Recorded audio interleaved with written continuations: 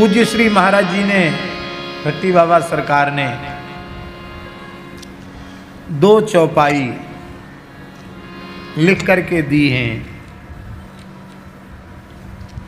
और उनकी चर्चा करने की आज्ञा भी उन्होंने प्रदान की है कि उनकी चर्चा करें। वो चौपाई हम सोच रहे थे कि भले ही 5-5 मिनट ही सही, पर इनके ऊपर आप महानुभाव भी अपने विचार दें, क्योंकि हमने अपनी कमजोरी कल ही निवेदित कर दी कि हमने परंपरागत तरीके से रामायण नहीं लगाई है, और हमने लगाया तो कुछ भी नहीं है। न भागवत पढ़े, न भक्तमाल पढ़े, न रामचरितमानस पढ़े, कुछ नहीं पढ़े। अब जो कुछ कहते हैं ये गुरुजनों की अधरामृत चरणामृत चरण रज की महिमा से ही कुछ कह सुन करके अपनी वाणी को पवित्र करते हैं। तो जिन महापुरुषों ने विधिवत श्री अवध में रहकर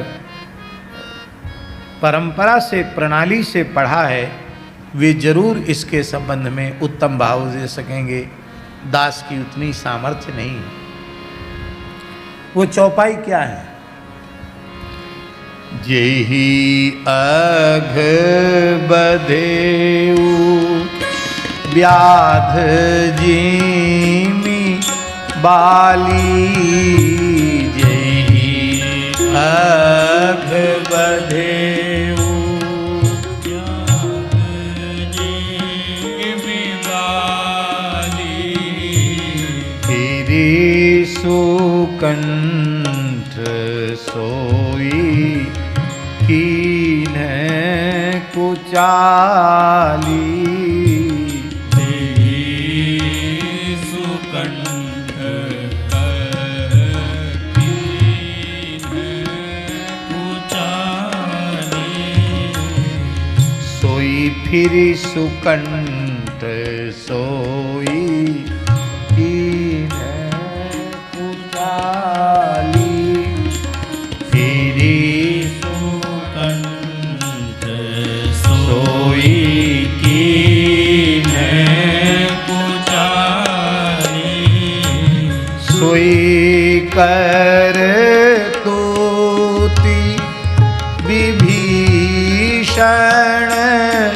केरी, सोई कर तूत विभीषण केरी, सपने हूँ सोना राम हेरी, सपने सोना राम हेरी।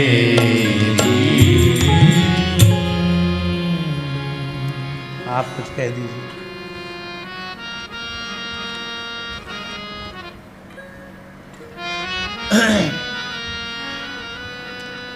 अर्थ तो स्पष्ट है, सरलार्थ तो यही है कि जेहि अघ बधेउ व्याध जिमि बाली, जिस अघ माने पाप के कारण भगवान श्री राम ने व्याध की तरह छिपकर बाली को मारा, अपनी प्रतिज्ञा को पूरा किया। सुन सुग्रीव मारिहों बालिहि एक ही बाण, ब्रह्म रुद्र शरणागत गए न उबरहि प्राण। फिर जिस पाप का आरोप लगा करके प्रभु ने कहा कि मैं न्याय प्रदाता हूँ, न्याय करता हूँ, बाली का वध किया, वही अपराध सुग्रीव के द्वारा किया गया। तो राम जी को फिर ध्यान में क्यों नहीं आया? सुग्रीव कृपाभाजन बना रहा और बाली भगवान का विद्वेषी हो गया। वैदिक धर्म सदाचार का अतिक्रमण करने के कारण, और भगवान ने कहा कि तुम्हारा वध ही उचित है, भगवान ने वध किया। तो तो जब बाली का वध किया तो जो समदर्शी परमात्मा है उसे सुग्रीव का भी वध करना चाहिए। सुग्रीव का वही दोष भगवान के ध्यान में क्यों नहीं आया? इतने पर ही गोस्वामी जी नहीं रुके और आगे बोले, सोई करतूत विभीषण केरी। फिर वही करतूत विभीषण की हुई, वही काम विभीषण ने किया। लेकिन विभीषण का भी दोष राम जी के स्वप्न में भी ध्यान में नहीं आया।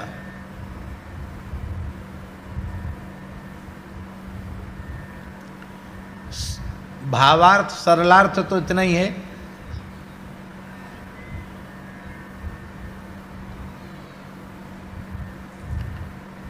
बड़ी विचित्र बात है।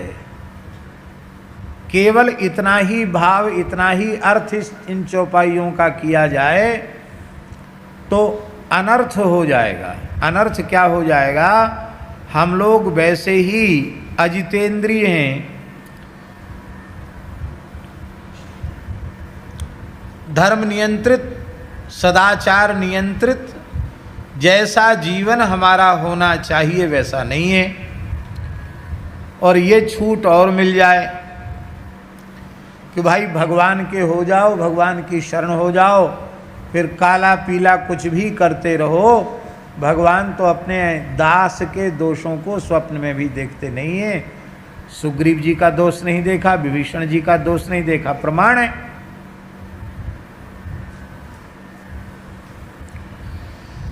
तो समाज की स्थिति क्या होगी? इस बात पर सबको चिंतन करना चाहिए, विचार करना चाहिए। फिर दूसरा प्रश्न है कि विभीषण भी शरणागत हैं, सुग्रीव भी शरणागत हैं, और दोनों की शरणागति किसी सामान्य आचार्य के द्वारा नहीं कराई गई। ज्ञानिनाम अग्रगण्यम बुद्धिमताम वरिष्ठम, गुरु तत्व के स्वरूप में श्री हनुमंत लाल जी हैं। हनुमान जी ने दोनों की शरणागति कराई है। पावक साखी जोर कर पावक साखी देई कर जोरी प्रीति दृढ़ाए। और सुग्रीव जी की शरणागति के मध्य में हनुमान जी हैं, विभीषण की शरणागति के मध्य में भी हनुमान जी हैं।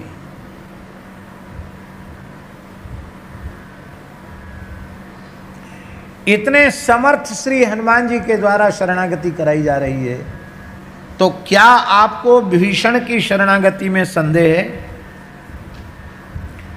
क्या आपको सुग्रीव जी की शरणागति में संदेह है?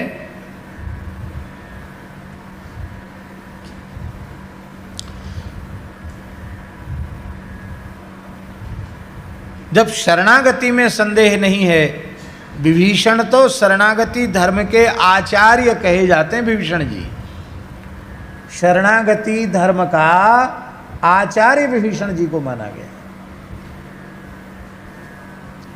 वो आचार्य ही गड़बड़ा जाएंगे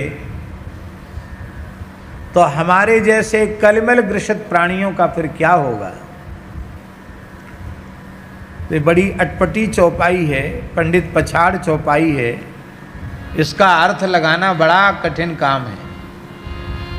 हमने तो हाथ खड़े कर दिए, बहुत कठिन है।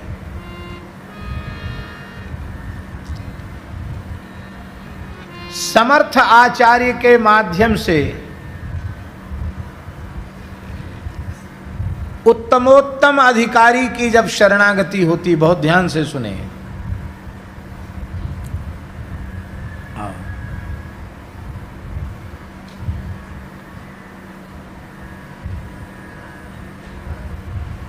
हाँ, अच्छा किया आपने, बहुत बढ़िया। हमको भी ऐसे करना पड़ता था और आपको ऐसे करना पड़ता था।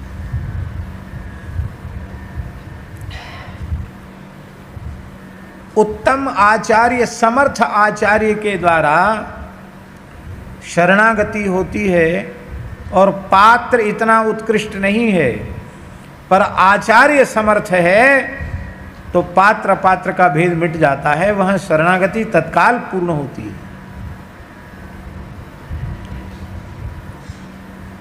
महाप्रभु श्री हितहरवंश जी ने नरवाहन जी पर कृपा की और उनको श्री जी के शरणापन्न कर दिया, तो क्या कोई कह सकता है कि नरवाहन जी की भूमिका इतनी उत्तम कोटि की निर्मित थी कि उनको महाराज का दर्शन हो जाता? पर नरवाहन प्रभु निहार लोचन भर घोष नारी, प्रत्यक्ष दर्शन करा दिया। हित 84 जी में नरवाहन जी का नाम लेकर उनको अपने शिष्य को अमर कर दिया महाप्रभु जी ने। ये किसकी महिमा है? ये समर्थ आचार्य ने किसी सामान्य जीव की शरणागति कराई तो 6 अंगों के सहित शरणागति अपने आप उसमें प्रतिष्ठित हो गई। फिर विभीषण जी, सुग्रीव जी, ये सामान्य पात्र हैं, ये कहना तो ठीक नहीं है। साक्षात सूर्य नारायण ही सुग्रीव के रूप में है। सूर्य देव ही सुग्रीव के रूप में, अलग अलग देवी देवता सब भगवान की सेवा में आए हैं, तो इंद्र बाली के रूप में आए हैं, सूर्य सुग्रीव के रूप में आए हैं, पवन पुत्र हनुमान, पवन हनुमान जी के रूप में आए हैं, अग्नि नील के रूप में आए हैं, विश्वकर्मा नल के रूप में आए हैं,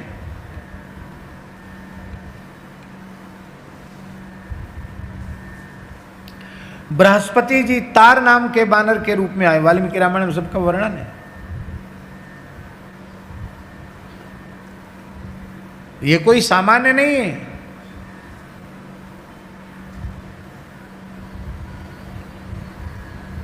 और विभीषण जी की तो एक बात महाराज जी इतनी ऊंची है, हम आपको क्या निवेदन करें।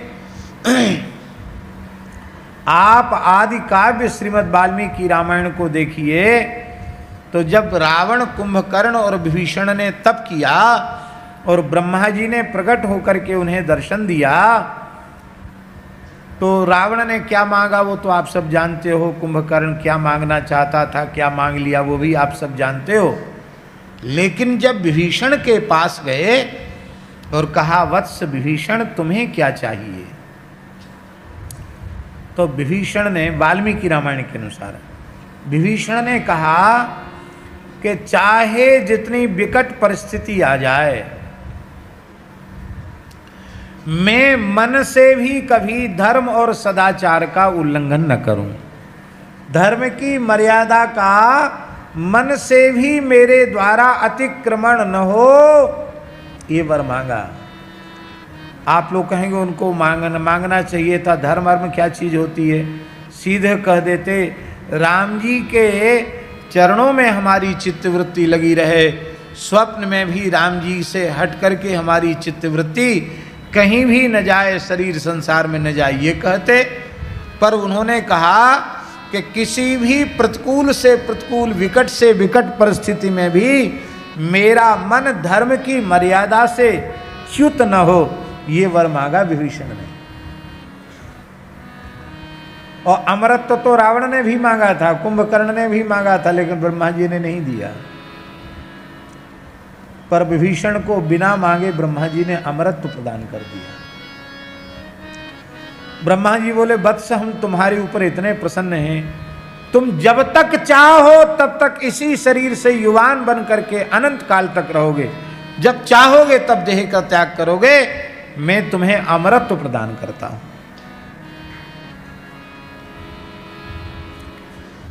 परम भागवत ब्रह्मा जी वरदान दें और उस विभीषण के द्वारा, उन विभीषण जी के द्वारा धर्म की मर्यादा का अतिक्रमण हो और वे मंदोदरी को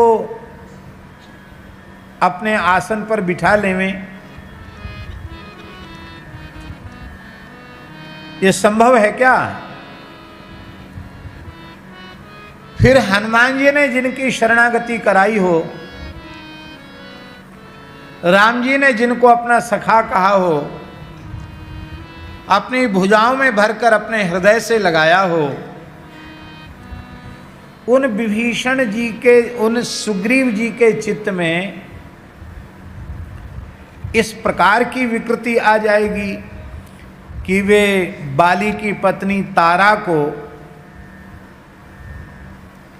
पत्नी भाव से स्वीकार कर लेंगे, अथवा विभीषण जी में ऐसी विकृति आ जाएगी कि बड़े भाई की पत्नी मंदोदरी जो धर्मशास्त्र की दृष्टि से माता के समान होती है, उसे वे पत्नी भाव से स्वीकार कर लेंगे।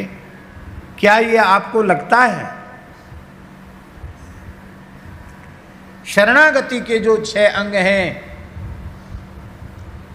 पहला अंग है आनुकूल्यस्य संकल्पः, दूसरा अंग है प्रातिकूल्यस्य वर्जनम, रक्षिष्यतीति विश्वासो, गोप्तृत्वे वर्णम तथा आत्मनिक्षेप कार्पण्यम षड्विधा शरणागति।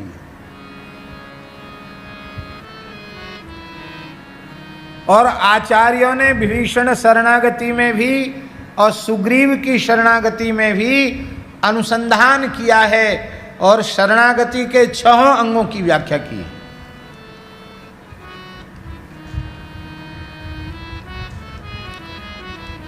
तो भगवान को जो व्यवहार अनुकूल नहीं है, वो व्यवहार शरणागत भक्त में कैसे आएगा? भगवान का भक्त शरणागत निषिद्ध कर्मों का त्याग कर देता है, फिर शरणागत के द्वारा निषिद्ध कर्म का आचरण होगा कैसे?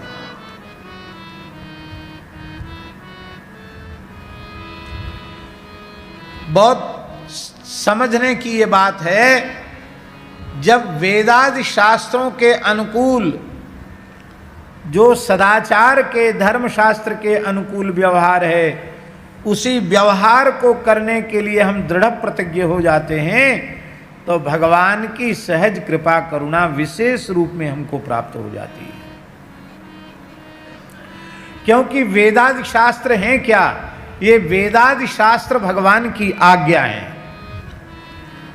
श्रुति स्मृति ममई वाग्ये, ये श्रुति स्मृति भगवान की ही आज्ञाएं हैं। यस्ता उल्लंघ्य वर्तते, जो इनका उल्लंघन करता है, आज्ञा छेदी ममद्रोही मद भक्तोपि न वैष्णवः, वो मेरी आज्ञा को उल्लंघन करने वाला, मेरी आज्ञा को काटने वाला, न मानने वाला, आज्ञा का छेदन करने वाला मेरा द्रोही है। न वो मेरा भक्त हो सकता है, न वो वैष्णव हो सकता।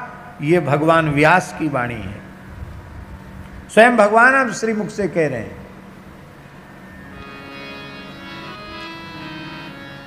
जब अनुकूलता का संकल्प होता है स्वामी जी, तो प्रतिकूल भाव का वर्जन अपने आप हो जाता है। फिर चित्त इतना शुद्ध हो जाता है कि भगवान हमारे रक्षक हैं, ये दृढ़ विश्वास अपने आप आ जाता है। फिर जैसे कोई सत्कुलोत्पन्ना सती साध्वी पतिव्रता नारी किसी पवित्र कुल में उत्पन्न कन्या विवाह के समय अपना संपूर्ण समर्पण पति के चरणों में कर देती है, इस प्रकार से गोप्तृत्व वर्ण भी हो जाता है। फिर भगवत पारतंत्र इस कोटि का हो जाता है कि जैसे अचेतन पदार्थ का व्यवहार चेतन व्यक्ति अपनी इच्छा से करता है, अपनी स्वतंत्रता से करता है, ऐसे ही चेतना चेतन के आश्रय राम जी के चरणों में अपने आप को जीव डाल देता है। फिर अपनी इच्छा अनिच्छा उसकी सब समाप्त हो जाती है। चाहे प्रभु सिर पर बिठा कर रखें, चाहे कंधे पर रखें, चाहे कमर से लपेटें, चाहे नाक पोंछें, चाहे मुंह पोंछें, हमारे साथ कुछ भी व्यवहार करें, फिर कोई अंतराय नहीं रह जाता है। हमारे कंधे पर ये गमछा है, इस गमछे को हम सिर से बांध लें तो इसे अहंकार नहीं, कंधे पर रख लिया तो भी इसको कोई गुमान नहीं कि मैं तो बाबा जी के कंधे पर चढ़ गया। कमर में लपेट लें तो इसको कोई पीड़ा नहीं कि हमें अधोवस्त्र क्यों बना लिया। और मान लो लंगोटी उड़ जाए, गायब हो जाए, बदल जाए, और इसी को फाड़ के 4 टुकड़ा, 2 जोड़ा लंगोटी बना लें, तो भी ये नहीं कहेगा कि महाराज कौन सा कसूर हमने किया जो आपने तनिक भी दया नहीं की, फाड़ के 4 टूक कर दिए 4-4 अंगुल के, ये तो उचित व्यवहार नहीं है। अथवा हम इस गमछे को किसी को दे दें तो ये नहीं कहेगा कि प्रभु आपने अपने व्यवहार से मुझे पृथक क्यों कर दिया। महाराज जी इसी को कहते आत्मनिक्षेप। जब गोप्तृत्व वर्ण हो जाएगा तो आत्मनिक्षेप अपने आप हो जाएगा, फिर अपनी इच्छा अनिच्छा कुछ नहीं रह जाएगी, फिर अनुकूलता प्रतिकूलता कुछ नहीं रह जाएगी। और जब ऐसी अवस्था आ जाएगी महाराज जी तो संपूर्ण अहंकार की निवृत्ति हो जाएगी। फिर आप कहेंगे कि अभी एक दिन आपने प्रवचन में कहा था कि अहंकार से ही संसार चल रहा है, अहंकार न हो तो आप देख नहीं सकते, बोल नहीं सकते, सुन नहीं सकते। हमको ऐसा लगता है कि इस प्रकार की कोटि के जो रसिक भक्त हैं, शरणागत भक्त हैं, उनका जीवन अहंकार से नहीं, उनका जीवन ठाकुर जी श्री जी के संकल्प से चलता है। देह उनका होता है पर लीला करने वाले, क्रिया करने वाले युगल सरकार होते हैं। और ऐसी अहम शून्यता को ही महाराज जी कार्पण्य कहते हैं, दैन्य कहते हैं। अद्भुत दैन्य छठा अंग है।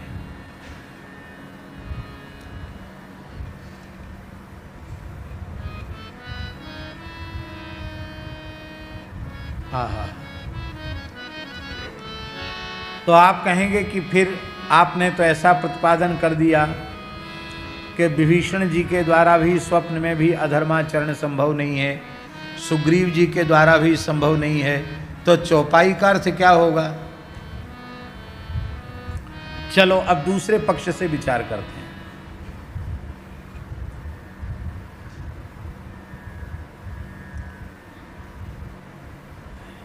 एक ओर है तारा तो दूसरी ओर है मंदोदरी।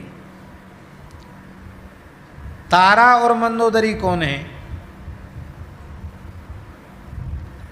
अयोनिजा हैं ये, किसी मातृगर्भ से इनका जन्म नहीं हुआ है, अयोनिजा है। और कभी आज तक स्त्री बनी ही नहीं है, कन्या ही रही आई। आज भी कन्या हैं और कन्या ही नहीं है, प्रातः स्मरणीय है। धर्म और सदाचार जिसके जीवन में नहीं है वो चाहे जितना बड़ा ही क्यों ना हो, प्रातः स्मरणीय हो सकता है क्या? लोग कहते हैं ऐसे अधर्मी का नाम लेना भी पड़े तो सीताराम राधे श्याम करके बुलाओ, नाम मत लो। और कितनी भी जरूरत पड़ जाए कम से कम संध्या सवेरे तो नाम बिल्कुल भी मत लो, और यहाँ उठते उठते नाम लेना पड़ेगा। अहिल्या, द्रौपदी, तारा, कुंती, मंदोदरी तथा। अहिल्या, द्रौपदी, तारा, कुंती, मंदोदरी तथा पंचकन्या स्मरेन नित्यम महापातक नाशनम। इन 5 कन्याओं के स्मरण से महापाप नष्ट हो जाते हैं। आप लोग कहेंगे महापाप क्या है? 5 हैं महापाप, 5 महापाप हैं। उनमें 4 गिनाए गए और 5वां गिनाया नहीं गया। तत्संसर्गी च पंचमः। पहला महापाप है ब्रह्म हत्या, दूसरा महापाप है सुरापान, मद्यपान, तीसरा महापाप है गुरुतल्प गमन,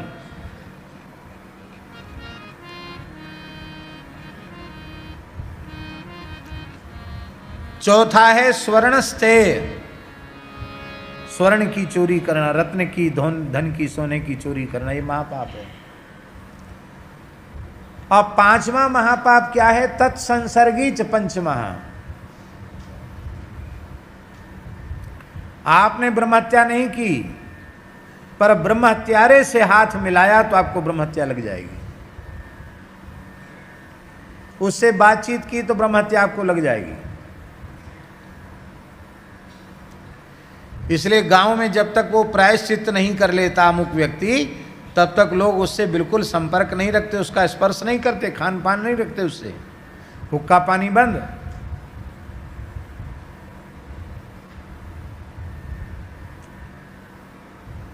आप शराब नहीं पीते, पर शराब पीने वाले से प्रेम करते हैं तो आपको शराब पीने का पाप लग जाएगा। आप गुरु तल्प गमन नहीं करते, बहुत सदाचार संपन्न हैं, पर जो माताएं पूज्या की कोटि में आती हैं, वंदनिया की कोटि में आती हैं, उनसे भी आप शारीरिक संसर्ग करते हैं, यही है गुरु तल्प गमन। तो आप गुरु तल्प गमन न करने पर भी यदि गुरु तल्प गामी के साथ व्यवहार रखते हैं तो आपको वो पाप लग जाएगा। इसको कहते तत्संसर्गी च पंचमः। ऐसे पंच महापाप भी जिससे द्वारा बन गए हों, वो अहिल्या, द्रौपदी, तारा, कुंती, मंदोदरी, इन 5 का स्मरण कर ले तो उसके महापाप नष्ट हो जाते हैं। तो जिनके स्मरण से महापाप नष्ट हो जाते हैं, उनसे पाप बने तब चौपाई तो बहुत टेढ़ी है। अब बोलो कैसे अर्थ करें? जेहि अघ बधे व्याध जीमी बाली,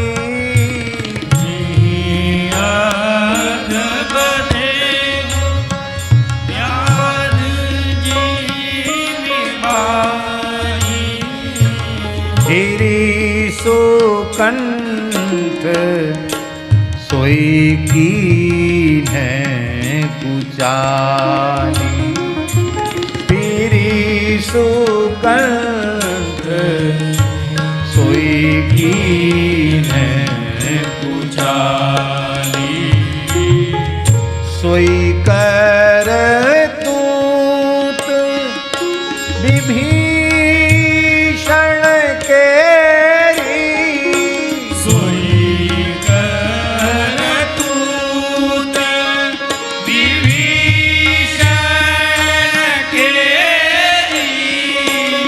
सपने हूँ सोई ना राम ही है,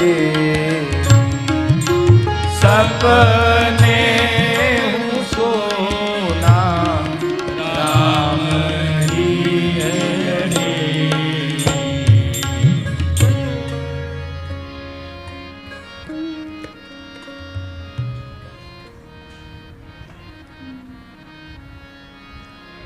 एक परिभाषा है, नहीं निंद्य परिभाषा कहते हैं इसको।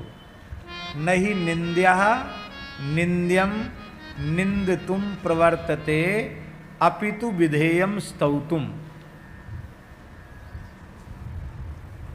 ये परिभाषा है। पंडित लोग खूब इसका प्रयोग करते हैं। नहीं निंद्य न्याय इसको कहते हैं।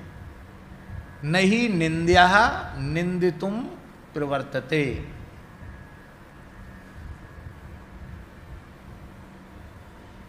निंद्य की निंदा में तात्पर्य नहीं है, इसका अर्थ है निंद्य की निंदा में तात्पर्य नहीं है, अपितु विधेय की स्तुति में तात्पर्य है। ये जब अर्थ करेंगे तो चौपाई बिल्कुल लग जाएगी। यहां विधेय क्या है? विधेय समझते हैं? वक्ता किस सिद्धांत को प्रतिष्ठित करना चाहता है। तुलसीदास जी किस सिद्धांत को प्रतिष्ठित करना चाहते हैं, ये विधेय वस्तु है। विधेय वस्तु ये है कि जो जीव भगवान का शरणागत हो जाता है, भगवान इतने रीझ जाते हैं अपने शरणापन्न जीव पर कि उसके गुण ही उन्हें दिखाई पड़ते हैं, दोष तो दिखाई ही नहीं पड़ते। ये कहना चाहते हैं विभीषण में दोष है, सुग्रीव जी में दोष है, ये नहीं कहना चाहते हैं। आप लोग कहेंगे फिर और कुछ कह देते, इन्हीं को नाम लेने की क्या जरूरत पड़ गई थी? भाई चौपाई के अर्थ से तो दोषी प्रमाणित हो गए। इन्हीं का उदाहरण क्यों दिया? दो चौपाई बहुत संतों के द्वारा गाई जाती है, सुनी जाती है। जन अवगुण प्रभु मान न काऊ, जन अवगुण प्रभु मान न काऊ, दीन बंधु अति मृदुल स्वभाव, दीन बंधु अति मृदुल स्वभाव, रहती न प्रभु चित्त चूक किए की, रहती न प्रभु चित्त चूक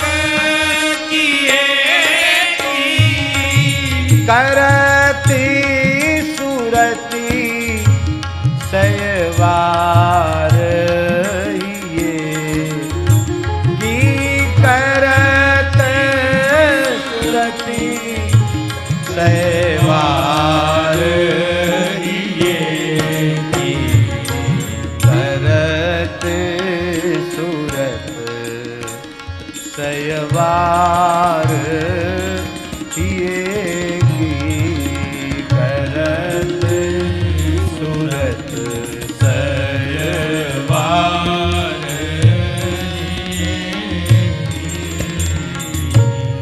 महर्षि वाल्मीकि कह रहे हैं, कथंचिद उपकारेण कृतेनैकेन तुष्यति, न स्मरत्यपकाराणाम शतमप्यात्मवत्तया। भगवान के शरणागत भक्त के द्वारा भगवान का कोई उपकार क्या करेगा? फिर भी भगवान उसको उपकार मान लेते हैं। उपकार बन जाए, सेवा बन जाए, तो उस एक सेवा से, उस एक सेवा को ही इतना बड़ा उपकार मान लेते हैं कि उससे इतने संतुष्ट हो जाते हैं कि फिर सैकड़ों अपराध भी उससे बनते चले जाएं तो भी उनको नहीं देखते हैं।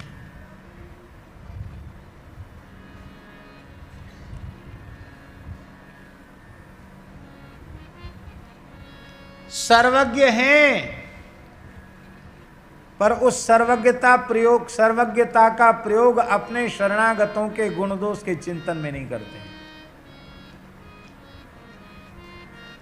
और दूसरे लोगों के बारे में चिंतन करते हैं। सर्वज्ञता हम वो जो शरणागत हैं उनके लिए नहीं।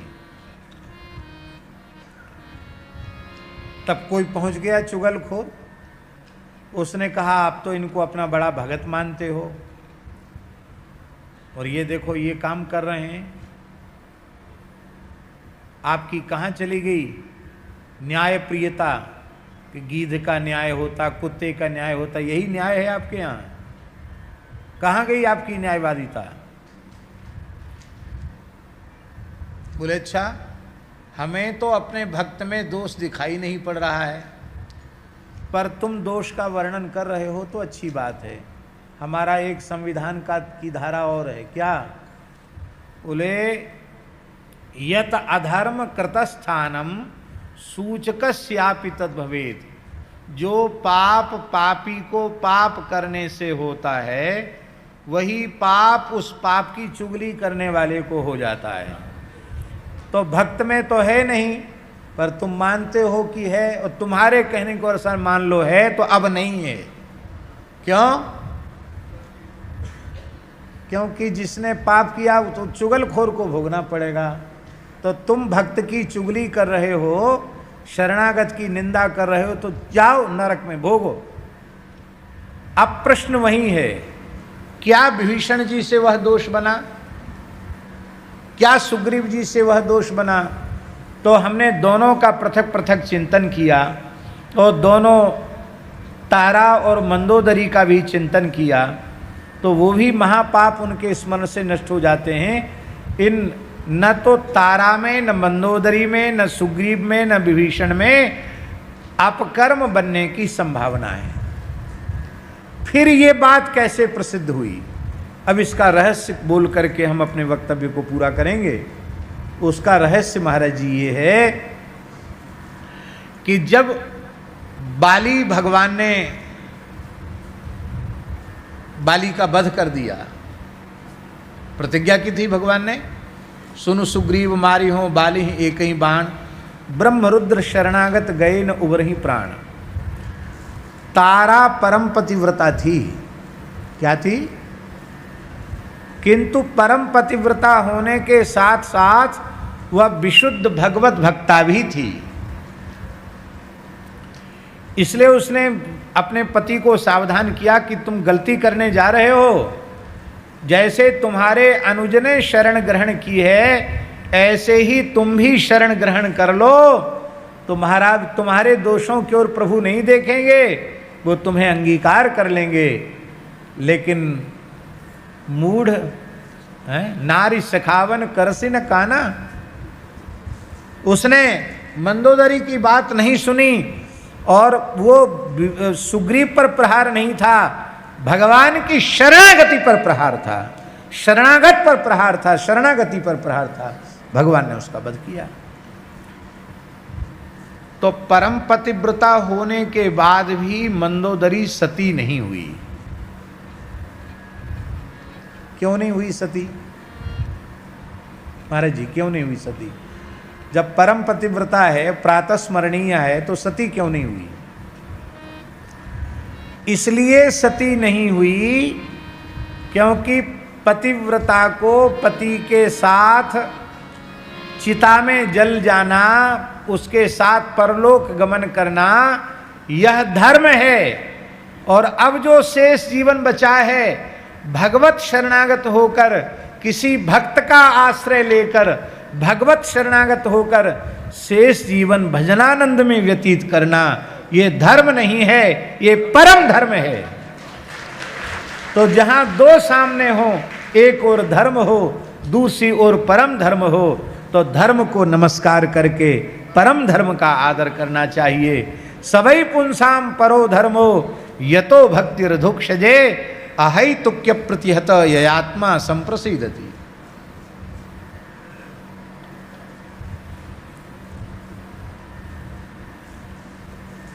तो मंदोदरी ने, तारा ने विचार किया कि भले ही मैं पतिव्रता रही आई, पर अब तक हमें जिसका संग मिला वो विमुख का संग था। बहुत ध्यान से सुनने वाली बात है।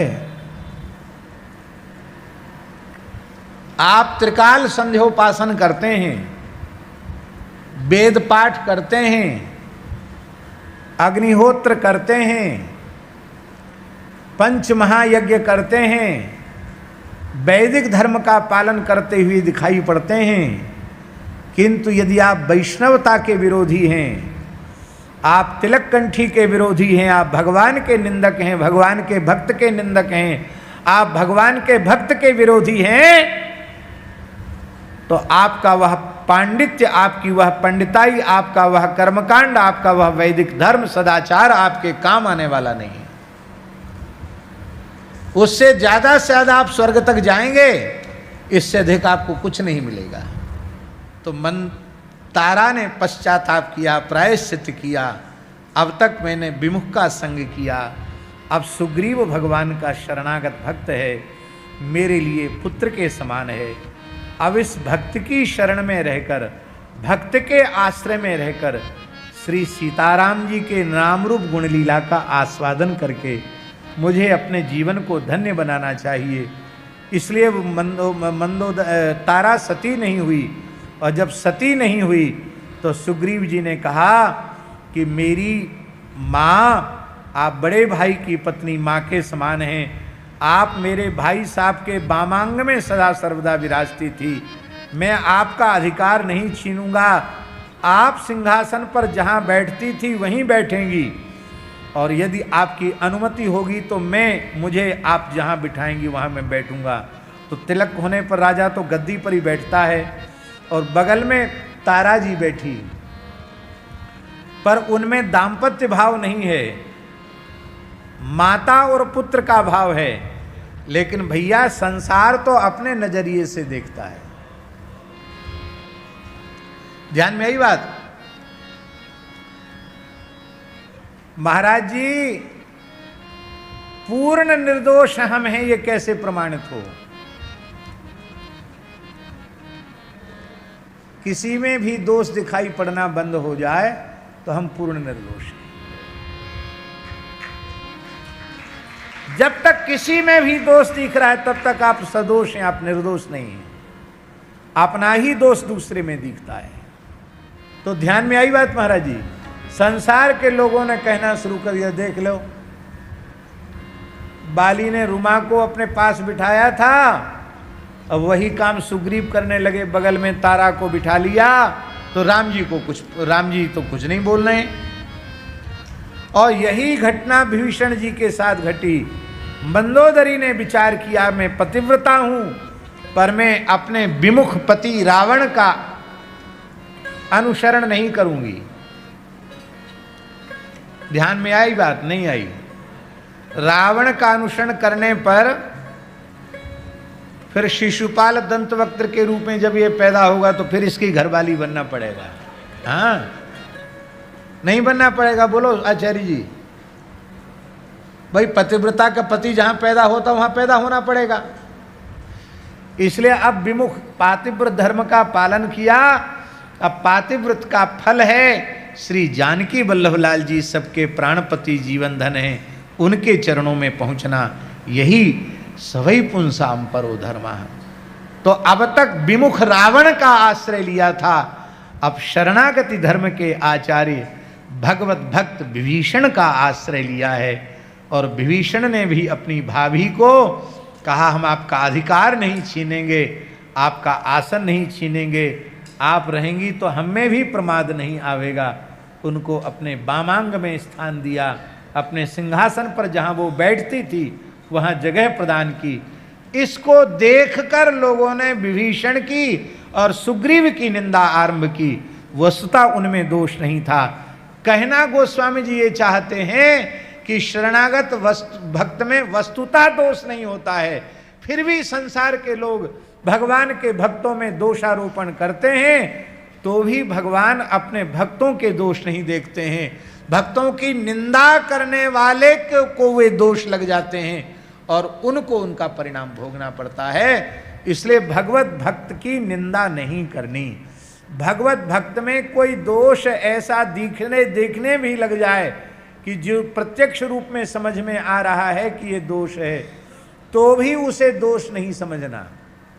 माई मेरे श्याम लगो सन